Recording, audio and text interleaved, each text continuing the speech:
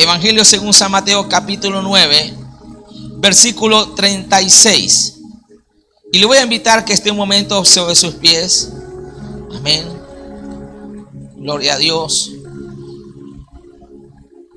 Yo creo que me levanté esta mañana, no me he sentado casi. Amén. Pero si yo tengo todavía fuerza para estar de pie, ¿cuánto más usted, iglesia? En honor a la palabra del Señor. Versículo 36. Y al ver las multitudes, tuvo compasión de ellas, porque estaban desamparadas y dispersas como ovejas que no tienen pastor. Leámoslo todos juntos. Y al ver las multitudes, tuvo compasión de ellas, porque estaban desamparadas y dispersas como ovejas que no tienen pastor. Oremos. Padre, te doy gracias. Tu palabra es viva, tu palabra es espíritu y vida a los que la oyen. Tu palabra es viva y eficaz, y más cortante que toda espada de dos filos. Y hoy va a penetrar y va a producir una separación en nuestra alma y en nuestro espíritu, y va a discernir las intenciones de nuestro corazón, y va a romper tuétanos y coyunturas, y nada va a quedar oculto, sino que va a quedar descubierto a la luz de tu palabra. Tu palabra para producir efecto hoy en cada vida y en cada corazón. Todo lo que el enemigo haya querido sembrar, toda ideología, toda fortaleza, todo argumento, toda creencia equivocada, Señor, todo lo que el enemigo haya querido ahí producir en la vida, hoy hay liberación, hoy hay sanidad a través de tu poderosa palabra, bajo la unción del Espíritu Santo. Sea Cristo glorificado en cada vida y se cumpla tu propósito y tu reino se establezca hoy y siempre en cada corazón y en cada generación, en el nombre de Jesús. Amén y amén. Bríndele al Señor su mejor alabanza. Déselo fuerte. Y vamos a empezar una serie titulada, diga conmigo, La paternidad de Dios. Diga conmigo, la paternidad de Dios. Y el primer tema de esta serie, de la paternidad de Dios, diga conmigo, la necesidad de amparo. La necesidad de amparo. ¿Hay alguna hermana aquí que se llama Amparo? De amparo. Cuando usted va conmigo al Evangelio según San Marcos, dentro de los evangelios sinópticos, va en relación con lo que Mateo está hablando. Son sinópticos Mateo, Marcos y Lucas, a diferencia de Juan, porque usted va a encontrar que tanto las parábolas, los milagros hechos en el ministerio de Jesús, los tres lo describen, pero desde diferentes posturas, de diferentes vistas. Y uno dijera, bueno, como que se repite ahí. Por eso se conoce el Evangelio según San Mateo, según San Marcos, San Lucas. Hay algunas cosas que menciona Marcos que no habla Mateo, otras que habla Mateo que no habla Lucas. Ahora, para poder usted comprender los evangelios, tiene que entender lo que estaba en la mente del autor, o sea, el contexto histórico, el contexto geográfico, el contexto social. Mateo, su evangelio va dirigido a los judíos y presenta a Cristo como el Mesías que ellos estaban esperando, como el rey de los judíos. Marcos, su evangelio va dirigido a los romanos y presenta a Jesús como el siervo conquistador. Marcos es un evangelio que no da tantos detalles como lo hace Mateo y Lucas, porque a los romanos les interesaban más las acciones que los detalles, y no le interesaba tanto los detalles de un siervo o esclavo como sí de las cosas que podía hacer. Lucas, el médico amado, su evangelio va dirigido a los griegos y presenta a Jesús como el Hijo del Hombre. El punto, ¿cuál es? Vaya conmigo a San Marcos capítulo 6. La misma escena El mismo acontecimiento que hemos leído en Mateo capítulo 9, pero vamos a mirar algo. Vaya conmigo al Evangelio según San Marcos, capítulo 6, versículo 34. Y salió Jesús y vio una gran multitud. ¿Una qué? Una gran multitud. Mateo habla de multitudes. Y tuvo compasión de ellos, porque eran como ovejas que no tenían pastor, y comenzó a enseñarles muchas cosas. Si usted mira el contexto de este pasaje, Jesús viene agotado, cansado por la agenda ministerial, y no solo él, sino sus discípulos. El trabajo era arduo, mucha necesidad había dentro del pueblo de Israel. Cuando usted va al versículo 35 del capítulo 9 de San Mateo, dice que Jesús recorrió las aldeas, las provincias, las ciudades de Israel, e iba sanando los que tenían dolencia, enfermedades, echando fuera los demonios. Y no solo ese pasaje de Mateo nos lo habla, uno y en otra ocasión, la Biblia nos enseña los recorridos, las arduas jornadas que el Señor y sus discípulos hicieron, llevando, predicando el Evangelio, trayendo respuesta, obrando milagros, movidos ¿por qué? Por la compasión. Fue el primer pilar que comenzamos este año. Pero aquí sucede algo. Versículo 31 del capítulo 6 de San Marcos.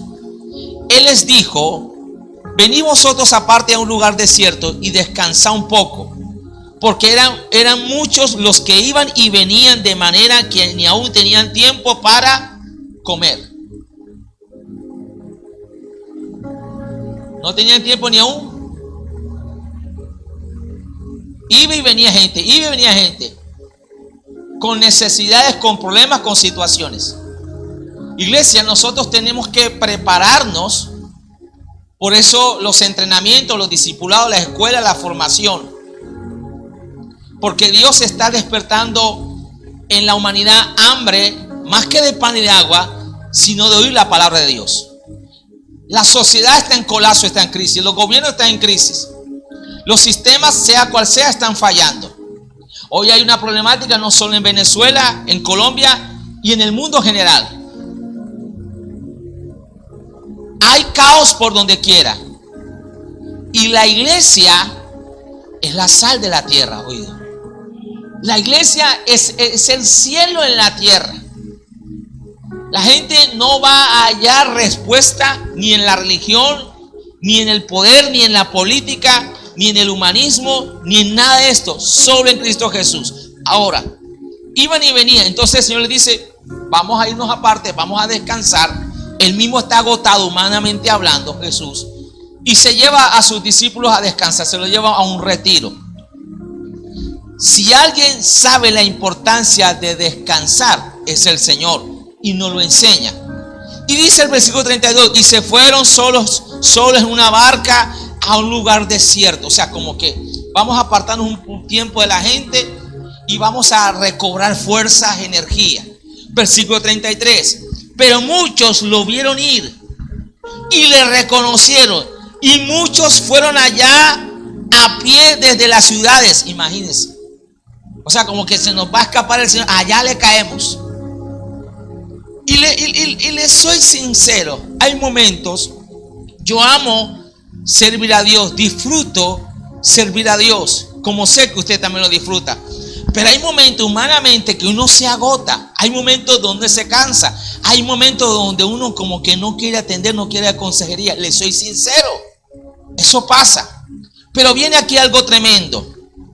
Versículo 34, ahora sí. Se van a descansar. No quieren tener mucho contacto con la gente. ¿Por qué? Porque escuche bien, las multitudes son importantes. Las multitudes hay que atenderlas. Pero es un error cuando como predicadores, como líderes, como discípulos, como cristianos y personalmente creemos que la gente va a suplir o nos va a satisfacer lo que solo Dios puede darnos. Escuche bien. Tú puedes tener muchos amigos en Instagram, en Facebook, que te siguen, que te ven, algunos porque te están chismoseando. ¿Sabes cuántos de esos son tus verdaderos amigos? Pero es un error pensar que la gente nos va a llenar. Por eso, si ponemos nuestra expectativa en la gente, si somos personas que nos volvemos a estar pendientes de la aceptación, de la aprobación de los seres humanos, vamos a fracasar. ¿Por qué? Porque el ser humano es voluble. Porque el ser humano es variable. Hubo un momento donde Jesús le decía: nunca ha hablado hombre así. ¡Wow! Tremendo. Ni aún los fariseos ni los escribas tienen la autoridad que Jesús tiene. Pero esa misma gente después lo quería, más adelante, años después, lo querían apedrear y crucificar. Amén. Moisés, Dios lo usó tremendamente y poderosamente, pero ese mismo pueblo que también a Moisés, también en un momento donde no quería saber nada de Moisés y lo culpaba. Tú eres el culpable de que estemos en esta situación. Tú fuiste que nos sacaste de Egipto, a ti fue el que se te ocurrió esto. Nosotros en Egipto estábamos bien, vamos a regresarnos. Imagínense. ¿Por qué le digo esto? Porque todo servicio, todo lo que hagamos, tenemos que tener claro para quién lo hacemos y por qué lo hacemos. Amén. No estoy hablando de no ser agradecidos, de no valorar, de no honrar, de no apreciar. Pero a veces algunos pasan el hogar. El padre que se está esforzando, usted se está esforzando como papá y se está esforzando como mamá, y usted ve que con sus hijos como que no le agradecen, no le valoren el esfuerzo que usted está haciendo, o su cónyuge no le valora, o papá, mamá. Y si usted tiene la expectativa, está dependiendo de eso, usted se puede dañar. Oído. ¿Por qué? Porque nosotros somos canales de bendición. Escuche bien. A su nombre. Pero quien realmente nos da plenitud, satisfacción, nos da paz, es Dios. Amén. Entonces Jesús la tiene clara. La gente es importante, pero Él necesita recargarse con el Padre. Él necesita descansar, y no solo Él, sino también sus discípulos. Por eso los retiros, amados, por eso los tiempos de entrenamiento, los tiempos de oración, los tiempos de descanso son necesarios. Amén. Pero aquí viene algo. Jesús sale y la gente como que le cambia el plan. Ellos tenían planeado retirarse, descansar, pero dice que ve la gran multitud y tiene compasión. ¿De quién? De ellos. O sea, yo vengo a descansar, pero veo la necesidad, me identifico con la necesidad. Y entienda lo que voy a decir. Jesús sabía en qué momento podía descansar y en qué momento no. Esto está escrito aquí en la Biblia para darnos una enseñanza. Si alguien era organizado, si alguien tenía una agenda clara, si alguien estaba enfocado, si alguien era guiado por el Padre Celestial, ese es el Señor. Amén. Pero lo que nos lleva es que ante tanta necesidad, deja de pensar un momento en su agenda para ayudar a aquellos que están en una situación vulnerable, que tienen necesidad. Y cuando hablamos de necesidad, a veces creemos, no, el pobre, el que está sin trabajo, el que está enfermo, el que quedó huérfano, sí tiene necesidad. Pero todo ser humano tiene necesidad, pastor. Porque a veces creemos que el que tiene dinero, el que tiene fama, el que tiene riquezas de este mundo no tiene necesidad. Pues yo le digo algo a la luz de la palabra. Todo ser humano tiene necesidad. ¿Sabe por qué? Porque toda persona tiene un alma. Y no importa si es rico, si es pobre, si es grande y pequeño. Quiere decir que todos tienen necesidad de Dios. Amén. Yo no sé si usted alaba al Señor en esta mañana. Por ejemplo, yo ahora mismo tengo necesidad de agua. Tiene el predicador seco. Escuche bien. Ahora es un mensaje directo. Escuche esto. Ahora, vio la multitud, tiene compasión de ellos. Ahora, ¿por qué tiene compasión de ellos? Porque eran como ovejas que no tenían pastor. Cuando usted lee el Salmo 23, David declara, inspirado por el Espíritu Santo: Jehová es mi pastor y nada me faltará. ¿Cuál es la función del pastor? Proveerle a la oveja, cuidarle, apacentarla, que es cuidar, darle al alimento, defenderla de las fieras, llevarlo a aguas cristalinas. Si usted medita el Salmo 23, dice: Jehová es mi pastor, nada me faltará. En lugares delicados me hará descansar, confortará. ¿Qué más? Me guiará. ¿Por dónde? Por senda de justicia. ¿Qué más? ¿Por amor a? ¿Por amor a quién? A su nombre. O sea, aunque te portes mal, el Dios lo hace. Le pongo un ejemplo. Tu hijo se porta mal, no deja de ser tu hijo. Tú te puedes enojar, te puedes molestar, pero dices: ese es mi hijo, esa es mi hija. Y tú no dejas de amarlo. Cuando estamos hablando de un buen padre. A veces creemos que Dios nos ama por lo mucho que hacemos. Pastor, es que yo me porté mal hoy y por eso no vengo a la Santa Cena. Y te digo algo, y para allá vamos más adelante. Tú no has conocido a Dios como Padre. Pero el propósito de esta serie, el propósito de este pilar, es que tú conozcas a Dios como tu Padre Celestial. Si algo Jesús vino a revelar fue a Dios como Padre. Muchos se conocen los nombres de Dios y es bueno que lo sepan. Jehová Rafa, Jehová Siqueno, Jehová Roy, Jehová Nisi, Jehová Macabeus, Jehová Jireh, Jehová Shama. Y qué bueno. Es importante. Pero la mayor revelación, perdona, parece una redundancia, con que Dios se revela al hombre es como Padre. Jesús, cuando los discípulos le dicen: enséñanos a orar, Él dice: oraréis así: Padre nuestro que está en los cielos. Ningún rabino, ningún maestro, ningún otro enseñó, mostró la revelación de Dios como Padre. ¿Por qué? Porque en el Edén, por causa del pecado, esa relación se perdió y el hombre quedó huérfano.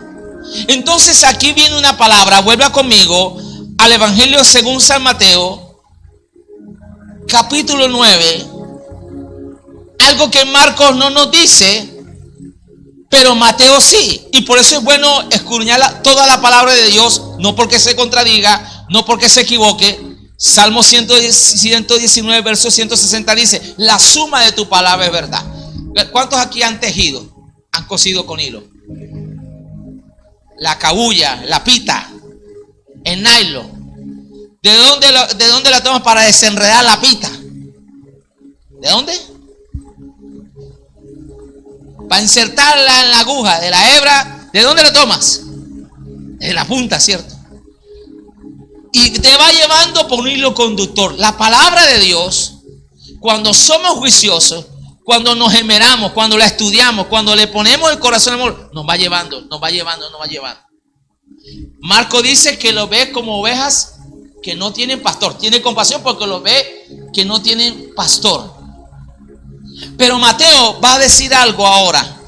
Versículo 36 nuevamente. Y al ver las multitudes tuvo compasión de ellas, porque estaban desamparadas. La palabra desamparadas tiene una definición, y es que significa abandonar o dejar sin amparo, dejar a alguien sin favor, dejarlo sin algo que necesita o pide. Escuche bien. Gracias. Ya hay revelación aquí.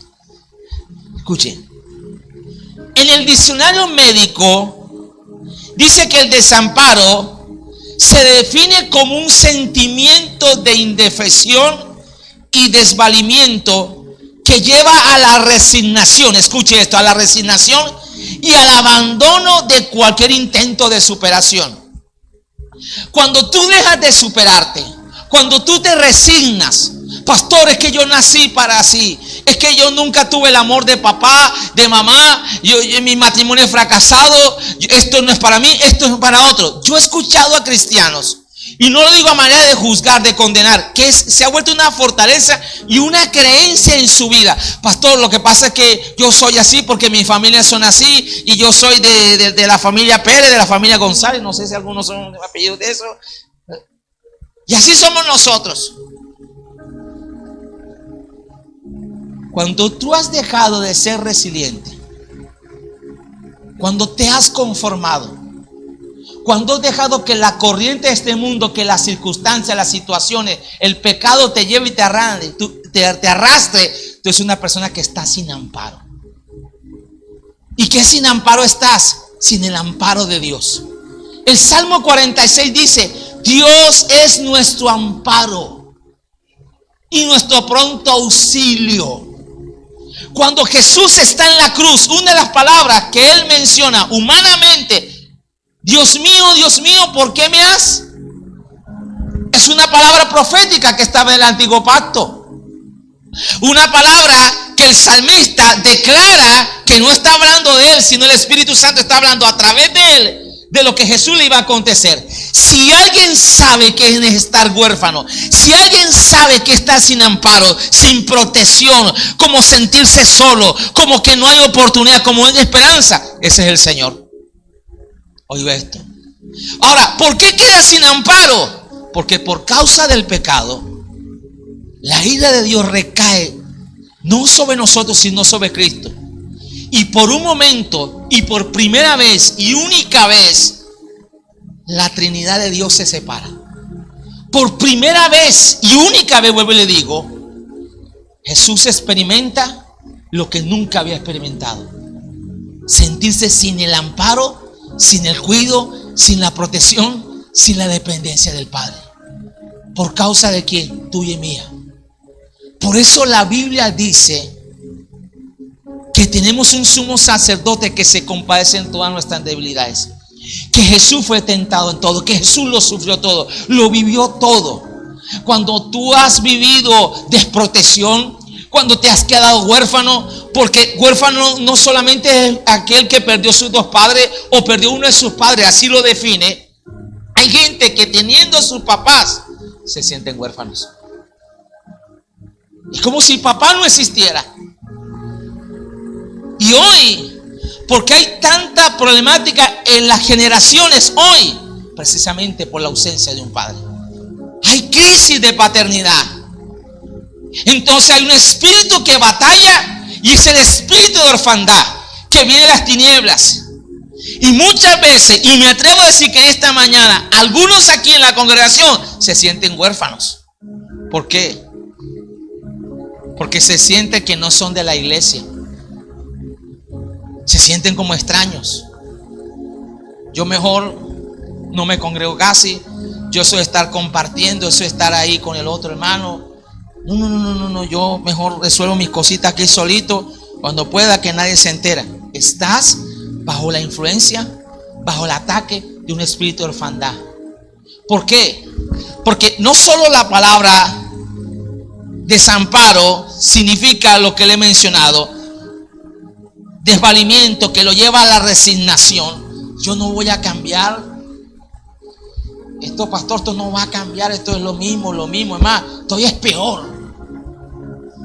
Es más, yo no sé para qué yo estoy del evangelio.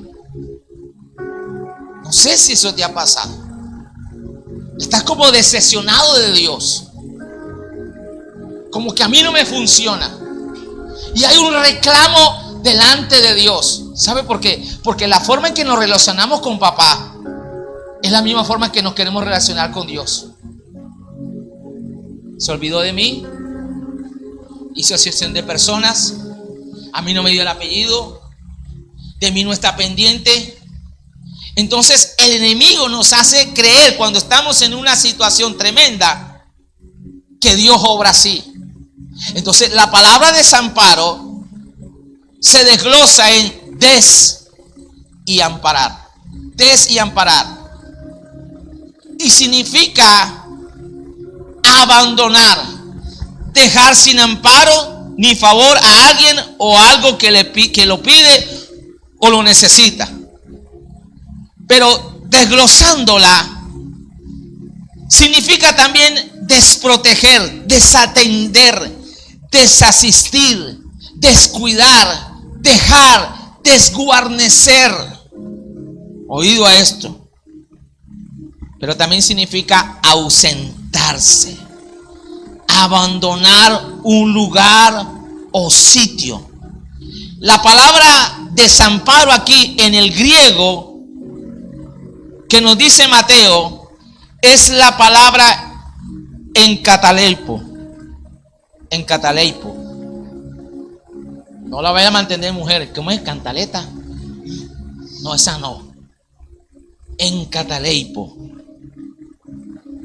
Significa desamparo, dejado, dejado atrás, dejar atrás, en el buen sentido, dejar que permanezca por encima. En el mal sentido, significa desierto, dejar atrás en algún lugar, permitir que se quede, desertar. Una persona, un creyente desamparado, sin la protección de Dios, Salmo 91, el que habita al abrigo del Altísimo. Muchos lo entendieron solamente recitarlo y ponerlo ahí. El que habita al abrigo, o sea, al amparo, a la protección, a la paternidad, al cuidado de Dios, a la dependencia de Dios. Pero relacionándonos no como siervos, sí somos siervos de Dios, pero relacionándonos como hijos. Muchos se relacionan con Dios solo como siervos y si acaso, pero no como hijos. Y vuelvo y le digo, las batallas que vienen, los ataques que vienen, ¿es para qué? Es para socavar tu identidad como hijo. Cuando Jesús está en el desierto, la tentación es no tanto que se coma el pan, no tanto que se tire, no tanto que se rinda a la fama y a la riqueza que Satanás le está ofreciendo, sino si eres el Hijo de Dios. Si eres el Hijo de Dios. Y Jesús no cae en la tentación, ¿sabe por qué? Porque el diablo sabía que Jesús es el Hijo de Dios. Y así como el diablo sabe que tú eres hijo de Dios. Por eso vuelvo y te digo, la crisis a ti no te define. Si tú has creído que la crisis, si tú crees que la situación por la que estás atravesando, estás viviendo en el matrimonio, en la salud, en la finanza, con los hijos ministerialmente, es lo que te define, estás equivocado y estás cayendo en la trampa del enemigo. El enemigo quiere llevarte a un desamparo, a una desprotección de Dios, a que vuelvas atrás, a que te resignes. Pero sabe, ya Dios ha dicho que eres hijo de Dios. ¿Por qué? Porque a todos los que creen en su nombre les ha dado la potestad, el poder, la autoridad de ser hechos hijos de Dios, los cuales no somos engendrados ni por carne, ni por sangre, ni por voluntad de varón, sino por voluntad de Dios. Ahora, Jesús ve gente desamparada. Porque los líderes religiosos habían abusado del oficio, se habían enriquecido a costa del pueblo, habían abandonado la justicia, la verdad y la misericordia, se habían engordado para sí mismos. Por eso le decía ahora, es un error cuando solo en la iglesia se enseña al dar el 10%. Y no se le enseña a la gente cómo puede administrar no solo el 10, sino el 100%. Es un error cuando la iglesia no enseña cómo debe ser la familia, los matrimonios, a la luz de la palabra de Dios, a la convicción bíblica. Oído a esto. Usted en Cristo puede aprender a ser como es un hombre conforme al modelo, conforme al ADN de Dios. ¿Cómo se puede ser papá conforme al modelo de Dios? Porque algunos hombres, y no digo que no esté bien, Pero falta. Y es que algunos hombres han pensado que solamente el rol de padre es ser proveedor. Ese es uno de los roles, pero no es el único. Porque el padre es llamado a ser un ayudador. El padre es llamado a ser un fundador. El padre ha sido llamado donde se origina todo. Y escuchen, mujeres, sin machismos y sin entrar en la guerra de géneros que nos han querido sembrar las ideologías, la Biblia dice que la mujer procede del varón, no el varón de la mujer. Porque Eva fue tomada ¿de dónde? De la costilla del varón.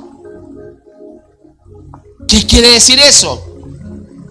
Que Dios crea al hombre, le da su ADN para que en él, como en Dios, se origine todo. Una familia se empieza a originar, un hombre que decide conformar un hogar, se enamora, se casa con quien va a ser su esposa y con quien va a conformar esa familia. Y el hombre se convierte en ese fundamento, en ese cimiento de lo que va a ser esa familia y esa generación. ¿Oído esto? Y por eso es que todo el peso, la carga, recae sobre el hombre. Porque el hombre se tiene que convertir en un soporte. Un edificio, una construcción, recae sobre ¿qué? Sobre el fundamento, sobre el cimiento. Puede ser muy bonito, puede tener la mejor decoración, pero lo que lo sostiene cuando vienen los vientos, las tempestades, cuando vienen los huracanes, cuando vienen los sismos, es donde se mide ¿qué? El cimiento en que está. Y por eso el diablo está tan interesado que el hombre abandone su lugar, que el hombre abandone su posición. Escuche bien. Porque cuando el hombre falla, cuando el hombre abandona el rol que Dios le ha dado, todo aquello empieza a venirse abajo. Cuando usted mira en el Edén, dice que la mujer fue engañada. Pero el pecado no dice que entró por una mujer. Romanos 5 dice, el pecado entró por un hombre. Porque cuando Adán desobedece a Dios, es que entra la muerte y todas las consecuencias del pecado.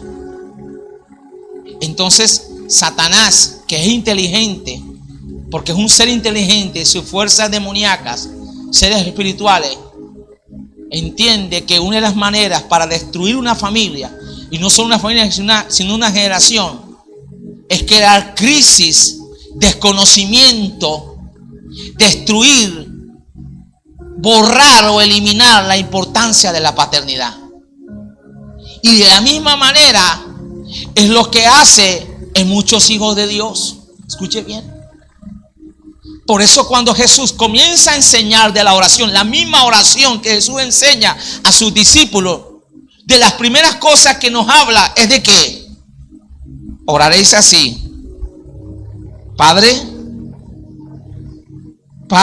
nuestro. Y Romanos 8 dice, vaya conmigo a Romanos 8, capítulo 8 de Romanos, nos dice las Sagradas Escrituras, capítulo 8, dice las Sagradas Escrituras, porque, versículo 14, porque todos los que son guiados por el Espíritu de Dios, estos son hijos de Dios, pues no habéis recibido el espíritu de esclavitud. El pecado es una ley espiritual que produce esclavitud. El temor produce esclavitud. Dice, pues no habéis recibido el espíritu de esclavitud, Romanos 8:15, para estar otra vez ¿en qué? En temor. Cuando Adán peca, tiene que temor, porque Dios le pregunta, ¿dónde estás? Y no se está refiriendo a una ubicación geográfica. Dios sabía dónde estaba Adán. La pregunta no es para Dios, la pregunta es para Adán. ¿Dónde andas tú? ¿Dónde estás? Porque cuando tú pierdes la paternidad de Dios, te te desenfocas y ya no sabes ni siquiera quién eres. Y cuando no sabes quién eres, no sabes hacia dónde vas. Y por eso muchas personas viven procrastinando, o lo que inician no lo terminan, y viven su vida en altibajos emocionales. Y le pasa a muchos creyentes también. Escuche bien, porque están en una condición de ¿qué? De orfandad. Y Dios como Padre no viene, Él sabe lo que ha hecho Adán y Eva, Él lo sabe. Pero Él le pregunta, ¿dónde estás?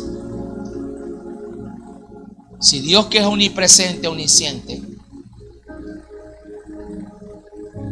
no llegó enseguida a condenarlo, no llegó a decirle que le embarraste, sino como Padre, ¿dónde estás? Cuando usted mira el Génesis, dice que Dios colocó al hombre en el oriente. El Edén lo colocó en el oriente, o sea, lo orientó bien. O sea, no creó la primera pareja desorientada, desenfocada, desubicada. Y si alguien te orienta, si alguien te da propósito, si alguien te da valor, si alguien te da sentido, si alguien te da identidad, ese es nuestro Padre Celestial. Amén. Porque cuando tú lo conoces a Él, y a medida que lo vas intimando con Él, tú dices, oye, no, la vida que estaba llevando no solo no es una vida que no le agrada a Dios, sino que una vida que no tenía sentido. ¿Qué estaba haciendo con mi vida? En los placeres de este mundo, en el pecado, en el desenfreno. Y no solo lo que estaba haciendo con mi vida, sino a dónde estaba arrastrando a mi familia, lo que estaba trayendo. Por eso al enemigo le interesa un hombre sin Dios, gobernado por el pecado y bajo esa orfandad. ¿Por qué? Porque lo que busca no solo es destruirlo a él, sino destruir a sus generaciones. Por eso la Biblia dice en Éxodo 20 que la bendición viene a 1000 generaciones de los que le honran, de los que le obedecen. Pero dice que la maldición viene hasta la tercera y cuarta generación como una iniquidad. Oído a esto. Entonces Jesús los ve como sin amparo. Y lo siguiente, los ve dispersos. Y después dice, como ovejas que no tiene pastor. Pero hoy nos vamos a concentrar solo en esa parte. Sin el amparo de Dios. Si te has sentido desamparado, como suelto, una persona desamparada abandona su lugar. Es una persona que se siente desatendida, que está buscando atención. Y lo digo respetuosamente, lo tengo que decir, pero por eso usted se encuentra en muchos muchachos, y no solo muchachos adultos, que tienen necesidad de mostrar algo, de mostrar su cuerpo para llamar la atención. Tiene que poner en las redes un programa, algo que no tiene nada que ver, porque por si no me prestan atención al producto que estoy vendiendo, que me presten atención a mi cuerpo.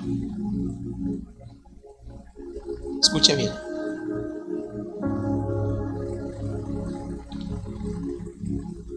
Y hay una necesidad en el ser humano de aceptación, de que me atiendan.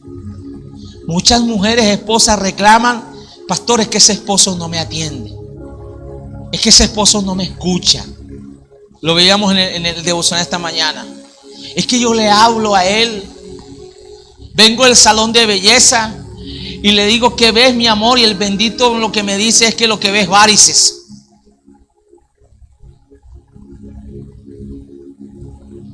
Oiga esto.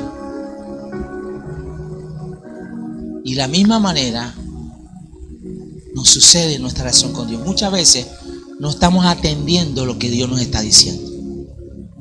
Y por no atender lo que Dios nos está diciendo, porque estamos desatentos, porque estamos en ese estado, no entendemos y no comprendemos.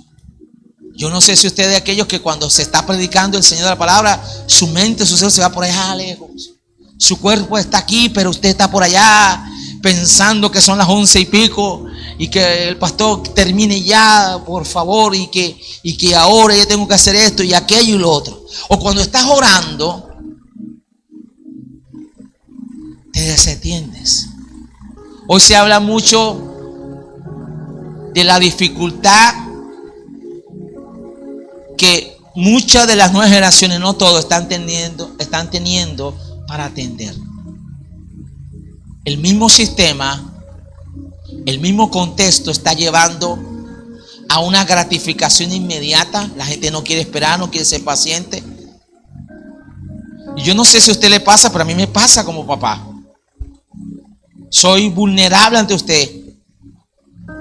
Yo le digo a mis hijos, en la época mía, pues yo sé que ya no estamos en la época mía, uno no tenía tantos elementos de distracción. La distracción no era la bolita de uñita, el trompo, el otro, tan. Pero hoy, no es que la tecnología sea mala, hoy los trata de absorber y los vuelve como zombies. Y uno les está hablando y necesitan el aparato para comer y ni lo disfrutan ni alimenta. Y lo que produce en el cerebro. Pero así también le está pasando a un sector de la iglesia. No están atendiendo la voz de Dios. ¿Por qué? Porque están desamparados. Porque traen eso de su historia de vida. Porque de pronto no fuiste atendido en casa. Porque de pronto nunca hubo tiempo para escucharte o para llevarte al médico o para apoyarte el talento que Dios te dio. Entonces algunos llegan a creer y a pensar que yo canso a Dios. Hay gente que me ha dicho, pastor, yo creo que yo tengo cansado a Dios con mis oraciones. Yo creo que a mí el Señor ni me presta atención. Hay más gente que me ha dicho, pastor, yo creo que Dios está tan ocupado, tanta gente pidiéndole. O te han dicho, a veces te han dicho, ¿tú qué haces ahí orando si Dios está ocupado? Pero esa es la concepción que ellos tienen de Dios, porque ellos tienen un Dios no conocido. Pero el Dios que nosotros tenemos está más cerca de nosotros que nuestra propia palma de nuestra mano derecha. Porque Él está cerca, Él está atento en nuestra vida. Porque si alguien nos atiende, si alguien nos presta atención, si para alguien somos importantes, es para nuestro Dios. De tal manera que dio a su unigénito Hijo para que todo aquel que en Él cree no se pierda, sino que tenga vida eterna. Y dice Romano, el que no escatimó a su propio Hijo, ¿cómo no nos dará todas las cosas que le pidiéramos? Pero ahora, cierro diciéndote esto. Romanos dice, pues no hay recibido el espíritu de esclavitud para estar otra vez en temor, sino que hay recibido el espíritu de ¿qué? De adopción. Diga, somos adoptados. Pastor, ¿cómo así? ¿Soy adoptado? Eres hijo de Dios por la fe en Cristo, pero has recibido también el espíritu de adopción. Y el espíritu de adopción te ha dado la facultad para clamar, escucha bien, por el cual clamamos Abba, Padre. Y la palabra Abba, que desprende una raíz que es Ab, está diciendo mi papá, mi papito, mi padre, con sentido de pertenencia y propiedad. Yo no sé si usted recuerda cuando niño o cuando adolescente. Ahí viene mi papá me va a comprar el juguete, mi papá me va al parque, mi papá es mi héroe, mi papá cuida de mí, mi papá. Y de pronto en algún momento eso se truncó. Escucha bien. Y vuelvo y digo, pero muchos de nuestros problemas existenciales, muchos de nuestros problemas financieros, muchos de nuestros problemas en el matrimonio, son por causa de la forma en cómo nos relacionamos con Dios. Son por causa de no conocerlo a Él como Padre. Escuche bien. Yo te pregunto esta mañana esta pregunta: ¿cómo es tu Dios? Porque mucha gente está adorando a Dios a veces en los cultos, pero está adorando a un Dios que no conoce. Y entiéndame lo que le voy a decir. Yo no estoy en contra que en el servicio se pueda ofrecer lo mejor que se pueda ofrecer, la música, la tecnología, la ambientación. Yo no estoy en contra de eso. Escuche bien. Que la iglesia la tenga o no la tenga, el punto es que cuando usted se relaciona con Él como Padre, todo aquello pasa a un segundo plano.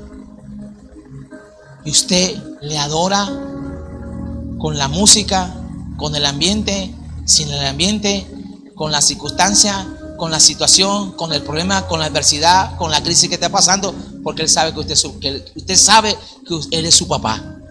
Y usted sabe que como Él es su papá, usted es su hijo. Y usted sabe que Él como buen padre siempre le va a atender, siempre le va a oír, siempre le va a amar incondicionalmente. Escuche bien.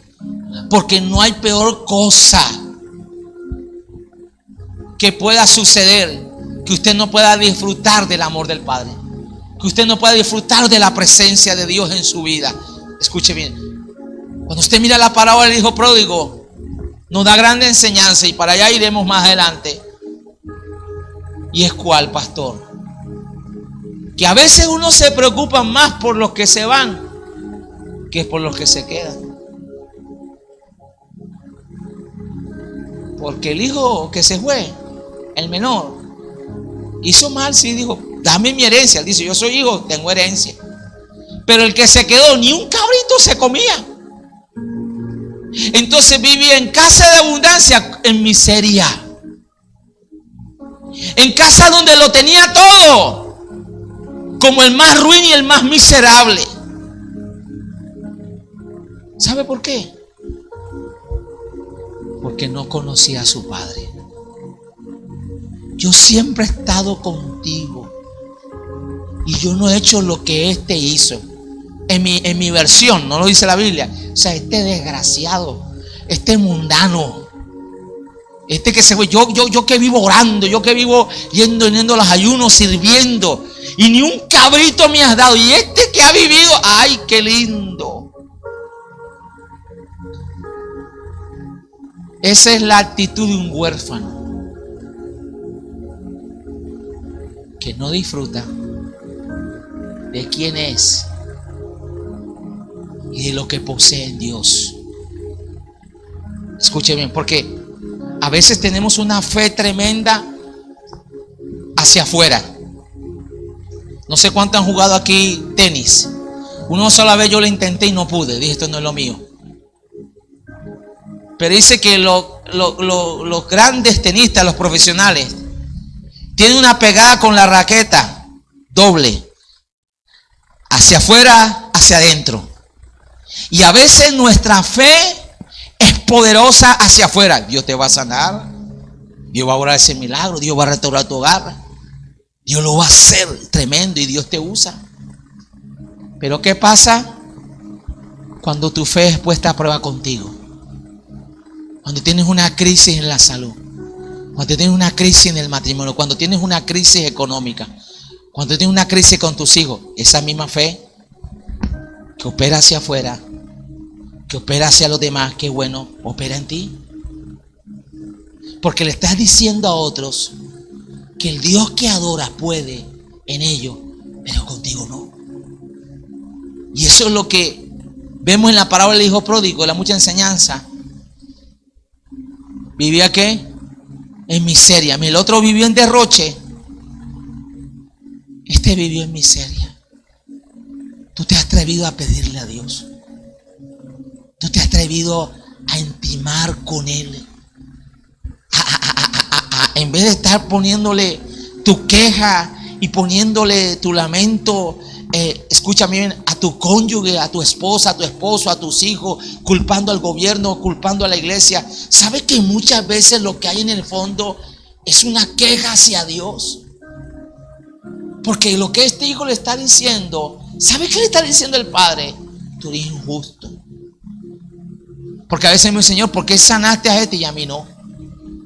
Señor, ¿por qué a este que apenas llegó a la iglesia y ya le diste el empleo? Y yo que estoy ahí, sirviéndote fiel. Por eso muchas veces preocupa más los que se quedan y los que se van. Porque puedes estar en la casa del Padre y lejos del Padre. Decía la pastora a las parejas, se puede estar viviendo en la misma casa y no tener una buena relación y no tener una buena comunicación y perderse lo valioso y maravilloso que es el matrimonio, que es la familia. Y de la misma manera nos pueden pasar los años en el Evangelio y ok, conocemos mucha Biblia, no está malo, y oramos, no está malo, y ayunamos, no está malo, pero lo conocemos el de verdad. Porque a veces tomamos posición, pastor, hasta nos creemos jueces. Vea, eso lo que le está pasando a Julano es por esto y por esto. ¿Y quién te dijo que tú eres Dios? ¿Y quién te dijo a ti que tú eres juez? ¿Quién te dijo a ti eso? Y nos tomamos la cena. Y cierro diciéndote esto. Entonces tenemos que llevar a qué? Que lo que creemos y profesamos lo llevemos a la acción. Dios, tú eres mi padre, pues yo voy a ver como hijo. Y yo le pregunto aquí a los papás, ¿cuántos papás quieren que sus hijos aquí vivan en miseria? ¿Cuántos papás quieren aquí que sus hijos sean unos delincuentes? ¿Cuántos papás quieren que sus hijos les vaya mal? ¿Cuántos papás quieren lo malo para sus hijos? Pues la Biblia dice el Señor, cuando habla precisamente de la oración, Lucas capítulo 11, si vosotros siendo malos sabéis dar buenas dádivas a vuestros hijos, ¿cuánto más el Padre Celestial? Y el contexto de eso dice, ¿qué hijo o qué padre, si su hijo le pide un pan, le va a dar qué? Una piedra. Tú le vas el pan rancio, mojoso a tu hijo, ¿cierto? Tú no le vas el pan que se pasó por encima de la cucaracha, el ratón se lo comió. Tú tendrías que ser tremendo miserable para hacer eso. Pero tú no eres un miserable. ¿Cuántos padres aquí no se han quitado, como dice, el bocado de la boca para dárselo a quién? A sus hijos. ¿Cuántos padres aquí aún trasnochados, cansados, agotados bajo la presión del trabajo, pero ahí están porque tienen una razón su familia y entre ellos sus hijos? ¿Aló? Yo le digo a mis hijos, eso es algo que tú vas a entender cuando tú seas papá. Cuando tú seas papá vas a entenderlo. O cuando tú te empiezas a interesar, conocer más el corazón del Padre. Y yo te estoy invitando de parte del Señor que tú puedas conocer más el corazón del Padre. Te puedas conocer quién es papá. Escuche bien, porque a veces cuando viene la pregunta, y hermano, ¿cómo estás? Y no estoy juzgando a nadie ni estoy burlando. Pero pasan años con un pastor aquí en la prueba. Aquí esa mujer nada que cambia, ese marido nada que cambia. Y de esta situación nada que cambia. Y aquí no, en la prueba. Y pareciera un evangelio de derrota. Y pareciera un evangelio como que, y ese es el evangelio que muchas veces están llevando algunos a sus casas. Y ese es el evangelio que muchas veces está llegando a unos a su oficina. ¿Quién se interesa por un evangelio así? Dios te ha llamado a que su gloria resplandezca en tu vida, a través de tu vida. Dios te ha llamado a brillar, pero no con tu luz propia, sino con la luz del Señor. Alabado sea el nombre de Jesús, que cuando tú empiezas a conocerlo a Él como Padre, tú estás seguro que dice Hebreos 13, el Señor ha dicho, no te dejaré ni te desampararé. Él le dijo a Jacob cuando estaba huyendo, se le revela en aquel sueño en Betel, yo soy el Dios de tu padre Abraham, o sea, tu abuelo, yo soy el Dios de Isaac, tu padre, y toda esta tierra te la voy a entregar a ti y a tu descendencia.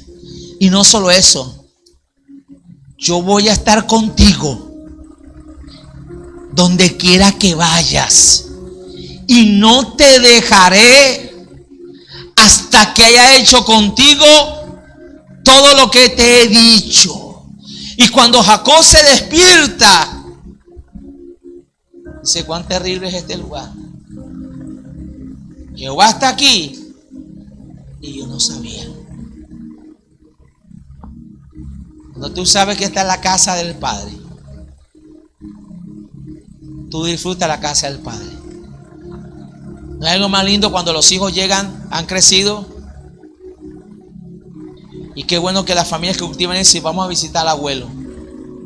Vamos a la casa de papá, ya están los carritos, ya están los hijos. Cuando entran a la casa, no preguntan de quién es ese bocadillo, pum, se lo van comiendo. Yo tengo unos ahí también, no sé qué le digo. ¿Y esto quién se lo comió? No, me lo comí yo. Eso era mío, el mío también es. Ya. Y si me descuido, los calzoncillos también se los ponen. Escuche bien. Y entran con confianza y tranquilidad. Y hallan reposo, descanso. Eso es lo que Dios quiere. ¿Por qué? Porque vivimos una vida agitada y tremenda.